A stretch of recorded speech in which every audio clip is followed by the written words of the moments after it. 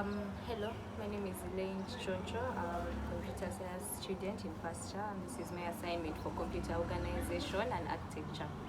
So my first question was to briefly explain the history of computers dating from the first generation up to the latest development. Now, generation of computers is just how hardware and software has evolved over time. We have 5 generations of computers, that's from the first to the 5th generation.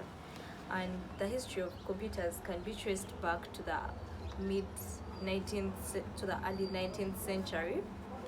But the first generation was from 1945 to 1956.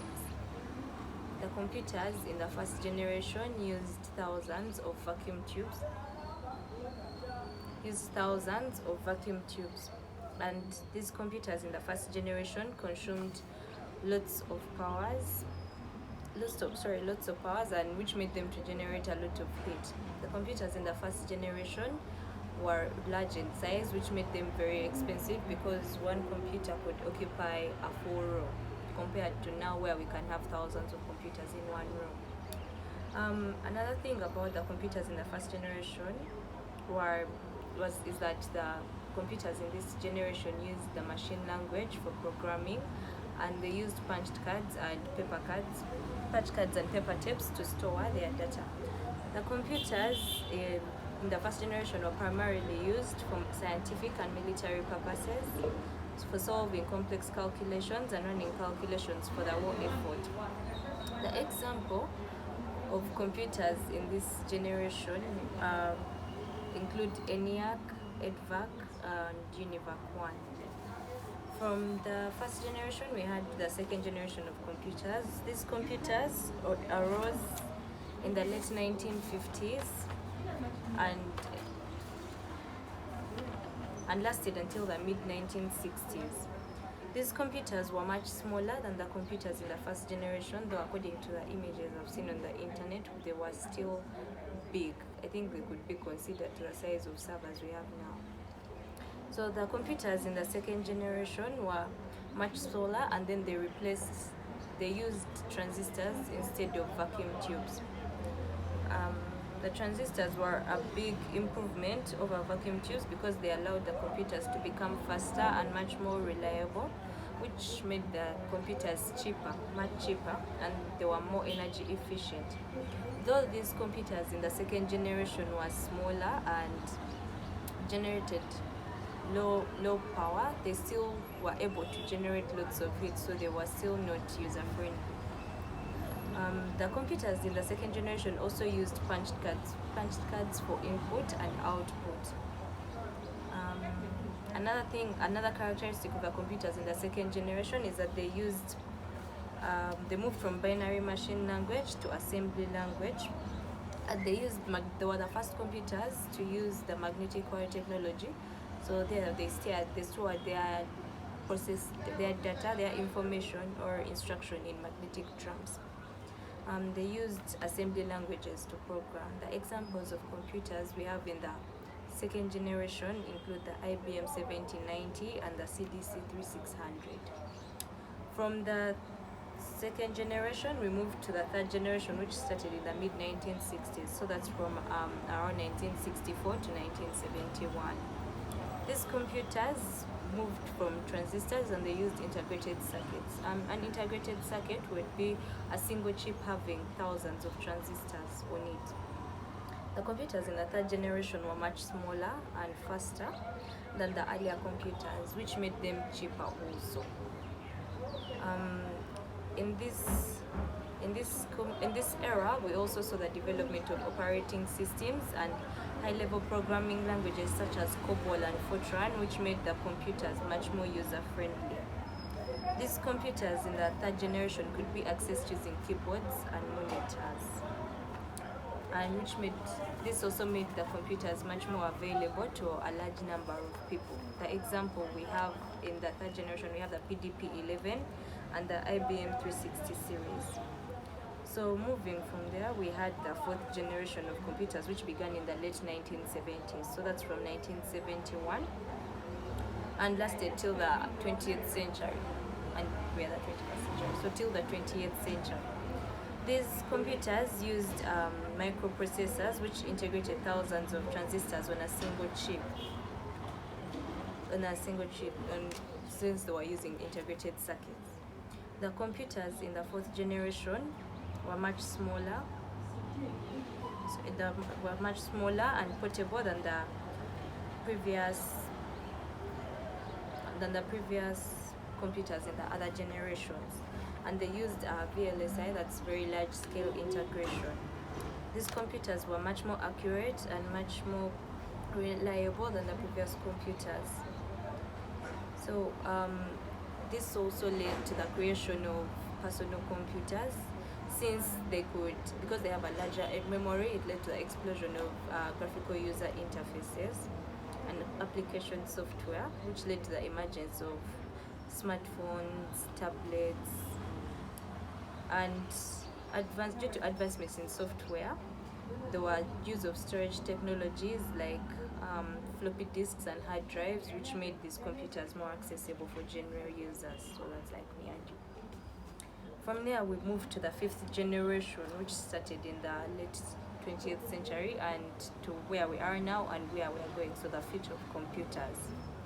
In the fifth generation is where we witness the emergence of artificial intelligence, such as using robots to do the work, like washing machines, though that doesn't fall under a computer, but it's in the fifth generation. So artificial intelligence became more rampant and is still becoming rampant because we are studying computer science to see more about artificial intelligence. So the computers in the fifth generation use ultra large scale integration, and these computers are going to be faster, smaller, and cheaper, since they are going to be using embedded systems, and you can use them like on your wearables, like your watches, your phones, like my phone, your PCs, your cars, your windows, your doors, your kitchens. Yeah, that's in the fifth generation of computers. Then the computers in the fifth generation are self-reliant, like they don't need instruction, and then they don't need much of our supervision, like human supervision, because they are said to be intelligent computers. And these computers in the fifth generation also use more of the quantum and nanotechnology. Part of the latest developments in the computer field include the growth of mobile computing and cloud computing. And yes, and a lot of these are going to be embedded in the various aspects of our lives now and moving ahead. So that was our number one, which was to explain the history of computers dating from the first generation to the latest development, where we are now and where we are going to. So question number 2 was asking us to explain the evolution of the Intel x86 and the ARM architecture. So the Intel x86 architecture was initially developed by Intel in the 1970s to 1980s with the 8086 and the 8088 processor, which powered the early personal computer, the early PCs that we used. So the Intel x86 used a CISC, which is complex instruction set architecture, which aimed to provide a wide range of instruction. But further ahead, with the advancements in technology, it moved to the 80286 and 80386 processors and the famous Pentium processors. And then in the complex instruction set, it made it difficult to optimize code for performance.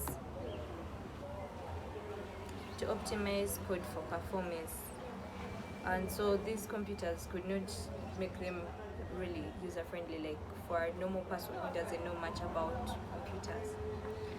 Intel also introduced the AMD 64, that's x86-64 architecture in the early 2000s, which had 64-bit computing capabilities which made them able to handle larger amounts of memory and perform more complex calculations. Intel also enhanced the x86 by increasing the clock speeds, improving instruction sets, introducing more cores, and adding features like virtualization and advanced power management. The x86 architecture has predominantly been used in the personal computers like our laptops that we use every day, and servers and data centers, because these devices require high performance and computing abilities which can be handled by the Intel x86 architecture.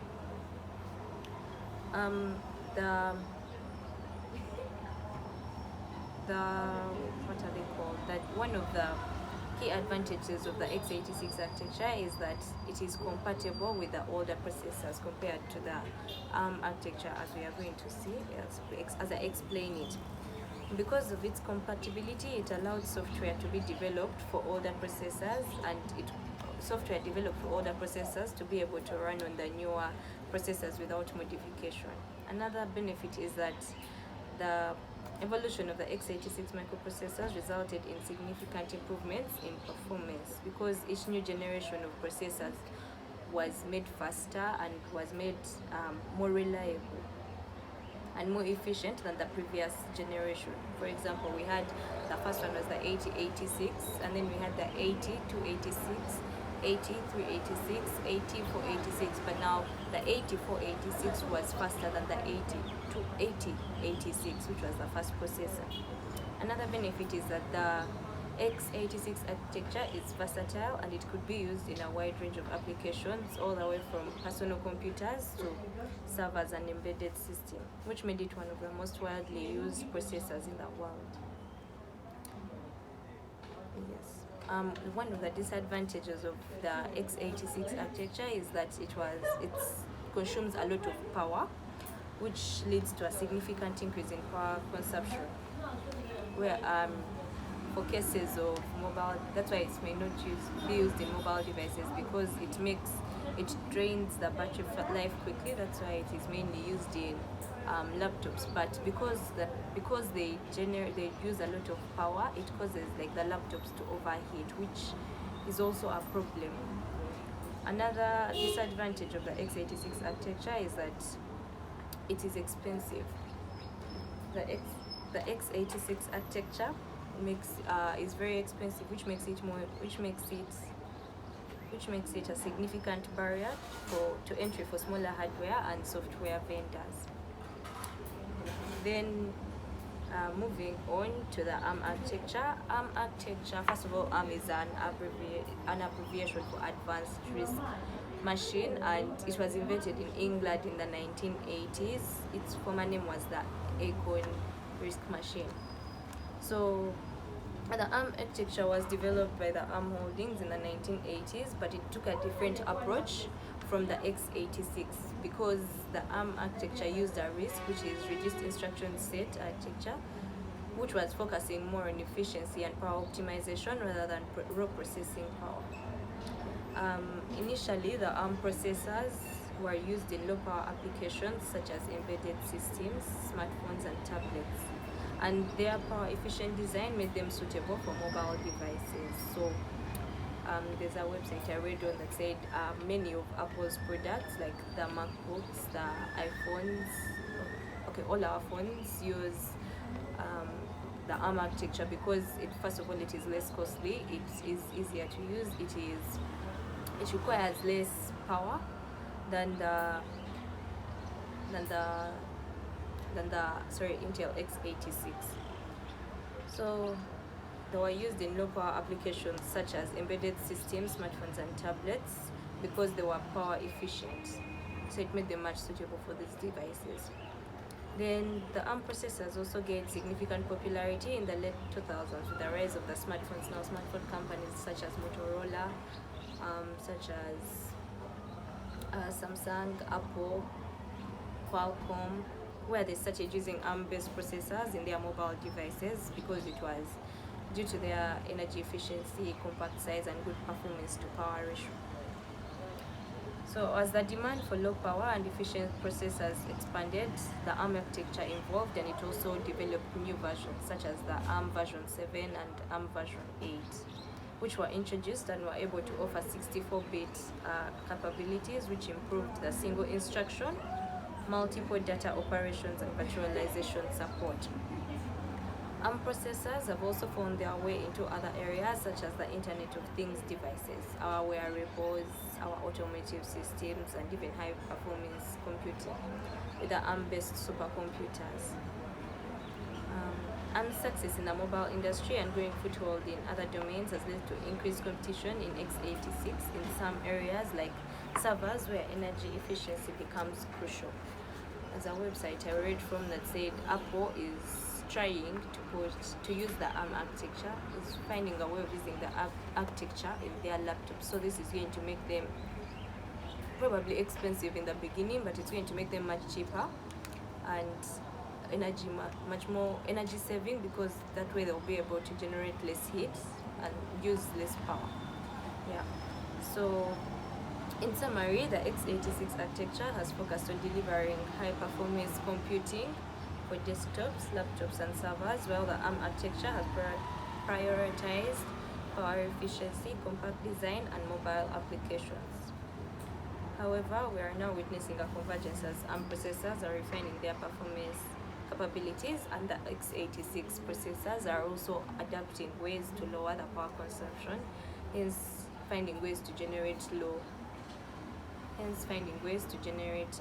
less heat. Thank you.